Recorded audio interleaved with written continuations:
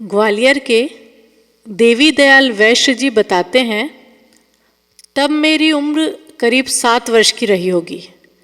मेरी आँखों में बहुत दर्द शुरू हुआ।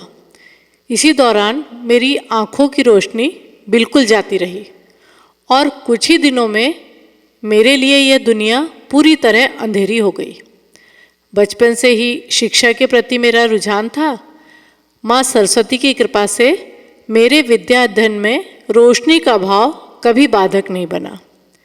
शिक्षा प्राप्ति के बाद मैं शासकीय माधव संगीत महाविद्यालय ग्वालियर में लेक्चरर नियुक्त हो गया। वहाँ मैं संगीत की क्लास देता था। क्लास शाम 5 से 8 बजे तक लगती थी। अगस्त सन 78 की बात है।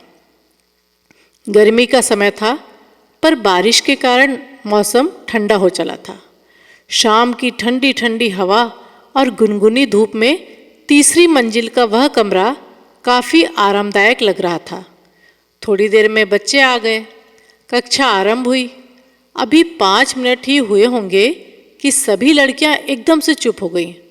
पूरे क्लास में अचानक सन्नाटा छा जाने पर मैंने पूछा, क्या हुआ, चुप क्यों हो गई? पर किसी ने कोई जवाब नहीं दिया। मेरे दोबारा पूछने पर उनमें से एक लड़की ने कहा, सर, उत्तर दिशा की ओर से 2 फूल उड़ते हुए चले आ रहे हैं। मैंने सोचा, इसमें देखने की क्या बात है, कोई बड़ा सा पेड़ होगा, उसी पेड़ के फूल टूट कर गिर गए होंगे। मैंने इनसे कहा भी, हवा चल रही है जिससे फूल गिरकर उड़ रहे होंगे। मेरी इन बातों का लड़कियों पर कोई प्रभाव नहीं पड़ा। उनमें से एक लड़की ने आकर कहा, नहीं सर, वे फूल भागते हुए बम के गोले की तरह से उधर ही चले आ रहे हैं। मैंने सोचा कि मुझे दिखाई नहीं पड़ रहा है, इसलिए ये लड़कियां मुझे बेवकूफ़ बना रही हैं। उनमें से एक गंभीर लड़की कल्पना ने कहा, हाँ सर, सचमुच फूल उठकर आ रहे हैं। इतने में फूल आकर मेरी गोद में गिर पड़े। मैंने उन फूलों को उठाकर अपनी जेब में रख लिया। कक्षा समाप्त होने के पश्चात भोजन किया और बिस्तर पर चला गया। तब तक मैं उन फूलों की बात बिल्कुल भूल चुका था। मैं सोने की कोशिश कर रहा था। अचानक मेरी ऐसी इच्छा हुई कि मैं हरिद्वार जाऊं और गंगा स्नान कराऊं। ये बातें उस समय की है जब मैं गुरुदेव एवं मिशन के बारे में कुछ नहीं जानता था। गायत्री मंत्र का नाम तक नहीं सुना था। मैंने 3-4 दिन की छुट्टी ली और हरिद्वार के लिए रवाना हो गया। रात के 3 बज रहे थे। हरिद्वार स्टेशन पहुंच गया। मेरे एक हाथ में अटैची और एक हाथ में डंडा था। मैं डंडे के सहारे स्टेशन के बाहर आया तो एक ऑटो वाला मिला और बोला, भाई साहब, शांति कुंज चलिए, वहाँ रहने और खाने की व्यवस्था हो जाएगी। मैंने सोचा यह मुझे बेवकूफ़ बना रहा है। मैंने कहा, मुझे शांति कुंज नहीं जाना है, मुझे गंगा स्नान करके ग्वालियर वापस जाना है। मैं जैसे जैसे मना करता, ऑटो वाला उतना ही पीछे पड़ता गया। अंततः मैंने 2.5 रुपये किराया तय कर लिया और शांति कुंज पहुँच गया। वहाँ पहुँचकर स्नान भोजन वगैरह करके विश्राम करने लगा। पहले दिन सफ़र की थकावट थी, इसलिए शाम को जल्दी ही सो गया। रात को 11 बजे मेरी नींद खुल गई तो उठकर नहा धोकर रात 11 बजे ही मैं माला लेकर बैठ गया। उस वक्त मैं शिव भक्त था। शिव जी के मंत्र के अतिरिक्त मुझे कोई दूसरा मंत्र नहीं आता था। लेकिन मैं जब मंत्र जप करने बैठा तो यह क्या, शिव मंत्र की जगह मेरे मुंह से ओम भू ओम भू ओम भू निकलने लगा। सवेरे 6 बजे तक माला जपता रहा, पर 11 माला ही कर सका। मैंने सोचा, हे भगवान, यह क्या, 6 घंटे में मैं 11 माला ही कैसे कर पाया, जबकि सैकड़ों माला हो जाना चाहिए। दोपहर को भोजन विश्राम के बाद लोगों ने मुझसे पूछा कि चलो गुरुजी के प्रवचन में चलना है। उस समय गुरुजी के महत्व के बारे में जानता भी नहीं था।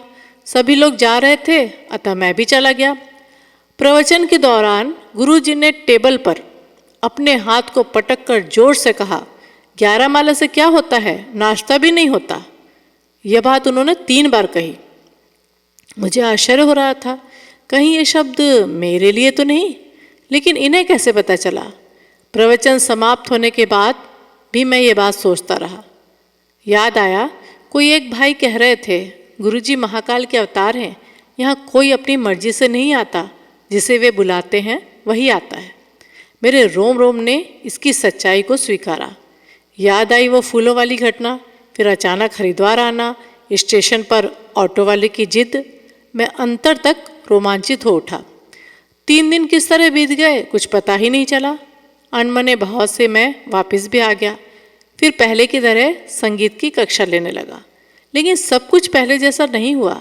ऐसा लगा जैसे कुछ महत्वपूर्ण छूट गया हो। उसके बाद कई बार शांति कुंज आया।